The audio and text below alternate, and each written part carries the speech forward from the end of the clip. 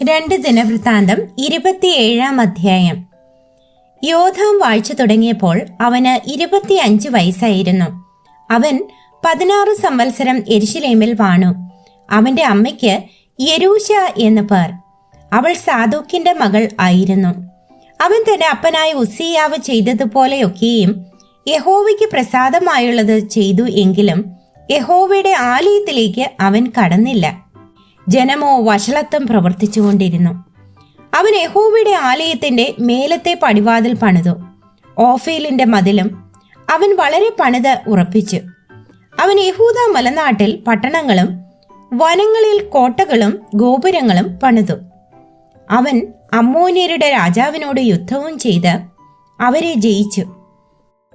അമ്മോന്യർ അവന് ആ ആണ്ടിൽ തന്നെ 100 താലന്ത് വെള്ളിയും 10,000 കോർ കോതമ്പും 10,000 കോർ യവവും കൊടുത്തു. അത്രയും തന്നെ അമ്മോന്യർ 2-ാം ആണ്ടിലും 3-ാം ആണ്ടിലും കൊടുക്കേണ്ടി വന്നു. ഇങ്ങനെ യോഥാം തന്റെ ദൈവമായ യഹോവയുടെ മുൻപാകെ ക്രമമായി നടന്നതുകൊണ്ട് അവൻ ബലവാനായി തീർന്നു. യോഥാമിന്റെ മറ്റുള്ള വൃത്താന്തങ്ങളും അവന്റെ സകല യുദ്ധങ്ങളും അവന്റെ പ്രവൃത്തികളും ഇസ്രായേലിലെയും യഹൂദായിലെയും രാജാക്കന്മാരുടെ പുസ്തകത്തിൽ എഴുതിയിരിക്കുന്നുവല്ലോ. വാഴ്ച തുടങ്ങിയപ്പോൾ അവന് 25 വയസ്സായിരുന്നു. അവൻ 16 സംവത്സരം യെരുശലേമിൽ വാണു.